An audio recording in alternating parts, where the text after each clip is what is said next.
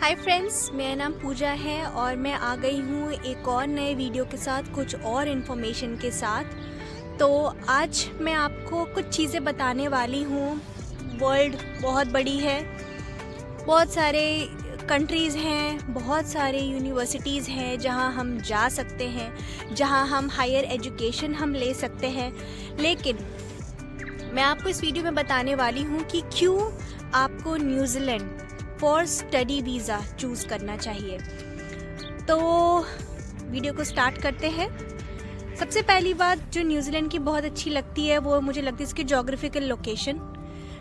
New Zealand ऐसी जगह पे लोकेटेड है जहाँ का वेदर बहुत बढ़िया है, बहुत सुंदर है, बहुत खूबसूरत शहर है। ये देखो, मैं आपको एक व्यू दिखाती हूँ अभी। ये देखो, ये मैं जहाँ खड़ी हूँ, ये देखो कितना खूबसूरत है भाई, कितना ही खूबसूरत है। ये देखो, अभी यहाँ पे स्प्रिंग आने वाला है, तो ये देखो पेड़ों में, oh my God, so beautiful, बहुत खूबसूरत है। ये यहाँ का ये जनरल नज़ारा है, कोई बहुत ख़ास ऐसी जगह नहीं। मैं किसी पार्क में नहीं हूँ, मैं अपनी यूनिवर्सिटी के कैंपस में खड़ी हूँ और ऐसे ही यहाँ पे लोग ऐसे ही वॉक करने के लिए आ जाते हैं। तो यहाँ का वेदर बहुत अच्छा है। सबसे पहली चीज़, यहाँ पे अच्छी ठंड पड़ती है, बहुत मिनिमम यहाँ जाता है -1 डिग्री, जो कि विंटर में इतना बुरा भी नहीं है। और ऐसी कोई बर्फ़ नहीं पड़ती है यहाँ पे कि हम जैसे मोस्टली जो स्टूडेंट आते हैं वो नॉर्थ आइलैंड में ही आना चाहते हैं। तो यहाँ का वेदर बहुत अच्छा रहता है। बहुत सारी अफवाहें भी बहुत ज़्यादा हैं ऐसी कि यहाँ बारिश बहुत होती है। यहाँ पे 2-3 महीने यहाँ पे बारिश होती है, पर मैंने यहाँ एक भी दिन ऐसे, देखो कल बारिश थी यहाँ पे, पर आज का वेदर देखो कितना खूबसूरत है। बारिश पे होती है तो बहुत हल्की, मुझे आज तक अभी तक अम्ब्रेला की ज़रूरत नहीं पड़ी है यहाँ पे, तो मेरा काम चल जाता है। वैसे आप इसका मतलब ये नहीं कि अम्ब्रेला लेके मत आना, एक ले लेना। तो यही मैं कह रही थी कि यहाँ का वेदर बहुत खूबसूरत है। यहाँ पे ना ज़्यादा ठंड पड़ती है, ना यहाँ ज़्यादा गर्मी पड़ती है। तो weather wise this country is amazing, मुझे बहुत अच्छा लगता है। मैं इसके पहले दूसरे कंट्री में भी रही हूँ, तो मैंने देख रखा है कि क्या हालात होते हैं। मैं दिल्ली से हूँ जहाँ पे एक्सट्रीम गर्मी और एक्सट्रीम ठंड पड़ती है, तो उस हिसाब से this country is very good in terms of weather. आपको यहाँ पे वेदर को लेके कोई प्रॉब्लम नहीं होगी। दूसरी चीज़ जो है, खूबसूरत, बहुत खूबसूरत है, साफ़ हवा है, बहुत सुंदर है, पेड़ पत्ते, ये देखो भाई, ये देखो फूल ही फूल, तो बहुत सुंदर है। मुझे बहुत अच्छा लगता है, मुझे नेचुरल चीज़ें बहुत पसंद है, इसलिए मैंने ये कंट्री प्रेफर की थी। दूसरी चीज़ मैं और देखती हूँ as a New Zealand for student, यहाँ पे एप्लीकेशन फ़ीस नहीं है स्टूडेंट्स के लिए यूनिवर्सिटीज़ में। मैंने 2 यूनिवर्सिटीज़ में अप्लाई की थी और मुझे कोई एप्लीकेशन फ़ीस नहीं देनी पड़ी थी। तो बाकी कंट्रीज जैसे यूएस, कनाडा और दूसरी और भी ऐसी कंट्रीज़ हैं जहाँ पे आपको एप्लीकेशन, इनफैक्ट ऑस्ट्रेलिया में भी आपको एप्लीकेशन फ़ीस देनी पड़ती है। But New Zealand is one of those very few countries where you don't have to pay any application fees for study visa. तो ये इसकी दूसरी अच्छी चीज़ मुझे लगी। तीसरी एक और अच्छी चीज़ मैं आपको बताती हूँ क्या है, कि यहाँ पे आपको ट्यूशन फ़ीस पहले नहीं पे करना होता है।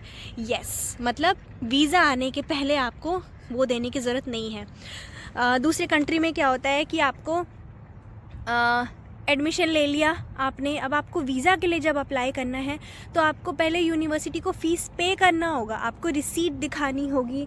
इनफैक्ट कई जगह आपको जीआई जो कोई डिपॉजिट करना पड़ता है बैंक में कि हाँ हमारे पास इतने पैसे हैं, तो हमारे लिविंग एक्सपेंसेस दिखाने के लिए आपको वहाँ पे शो करना पड़ता है। मुझे पता है कनाडा में होता है, न्यूजीलैंड में वो चीज़ नहीं है। बहुत रेयर केस होता है जब वीज़ा ऑफिसर को डाउट होता है कि भाई आपका बैंक बैलेंस थोड़ा हिला हुआ है, आपको आगे प्रॉब्लम हो सकती है, तब वो कहते हैं कि आप ये पे करो, आप अपने बैंक में कुछ अमाउंट, सर्टेन अमाउंट डिपॉजिट कर दो जो आप ही के होते हैं। तो ये होता है, पर ये मैंडेटरी बिल्कुल भी नहीं है, मुझे नहीं करना पड़ा था।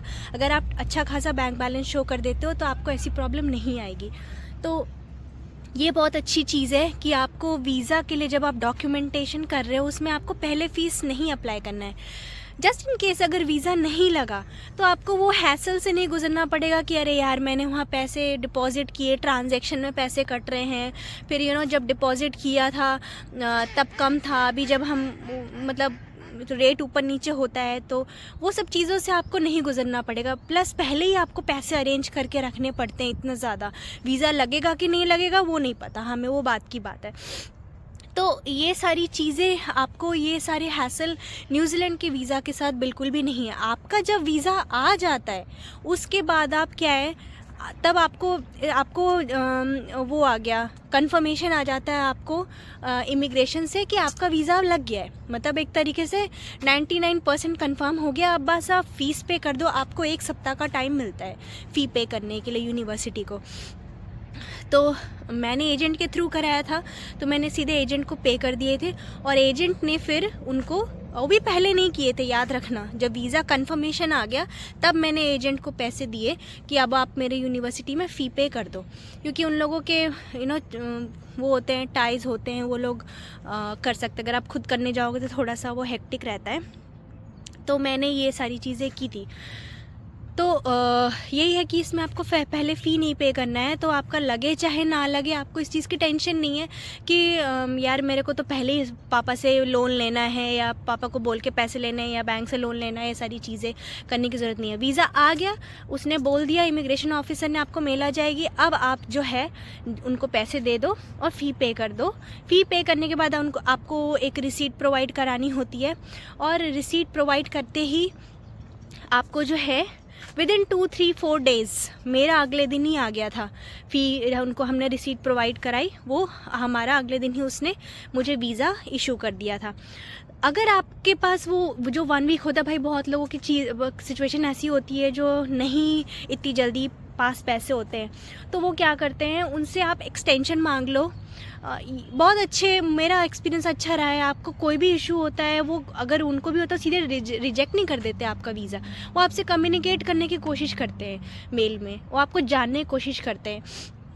तो वो जो भी आपकी सिचुएशन होगी वो आपको उसको जानने की कोशिश करेंगे। अगर आपको टाइम लग रहा है, 1 वीक काफ़ी नहीं है, आप उनसे एक्सटेंशन मांग सकते हो, वो दे देते हैं। एक्सटेंशन लेने के बाद आपको 10 दिन 2 सप्ताह जो भी होगा उनको बता दो, उसके बाद फिर आप वीज़ा की जो एडमिशन की जो फ़ीस है वो पे करने के बाद फिर आपको वो फाइनली जो है वीज़ा इशू हो जाता है। तो मेरा ये सारी चीज़ें थी न्यूजीलैंड वीज़ा के लिए। तो मुझे मेरे ख्याल से ये 3 चीज़ें जो हैं ये न्यूजीलैंड को बाकी कंट्रीज से बहुत अलग बनाती हैं, और बाकी सारी चीज़ें बहुत यूजुअल है, लिविंग एक्सपेंसेस ये वो, मेरे ख्याल से हर दूसरी कंट्री के तरह ही, डेवलप कंट्री की तरह ही यहाँ पे भी चीज़ें ऑलमोस्ट सेम है। बस यहाँ का वेदर इज़ ब्यूटीफुल, अमेजिंग, बहुत खूबसूरत जगह, भाई कोई तोड़ नहीं, मैंने नहीं देखी इतना खूबसूरत जगह मैंने अपने जीवन में कभी नहीं देखी इससे पहले। लोग बहुत अच्छे हैं, मुझे यहाँ पे अभी तक भगवान की दया से कोई डिस्क्रिमिनेशन मैंने फेस नहीं किया है। ये इमिग्रेंट फ्रेंडली कंट्री है।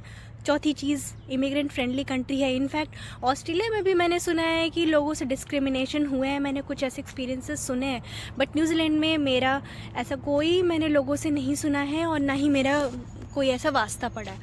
तो I think this country is very beautiful. यहाँ पे लोगों की ज़रूरत है, पढ़े लिखे लोगों की ज़रूरत है यहाँ पे।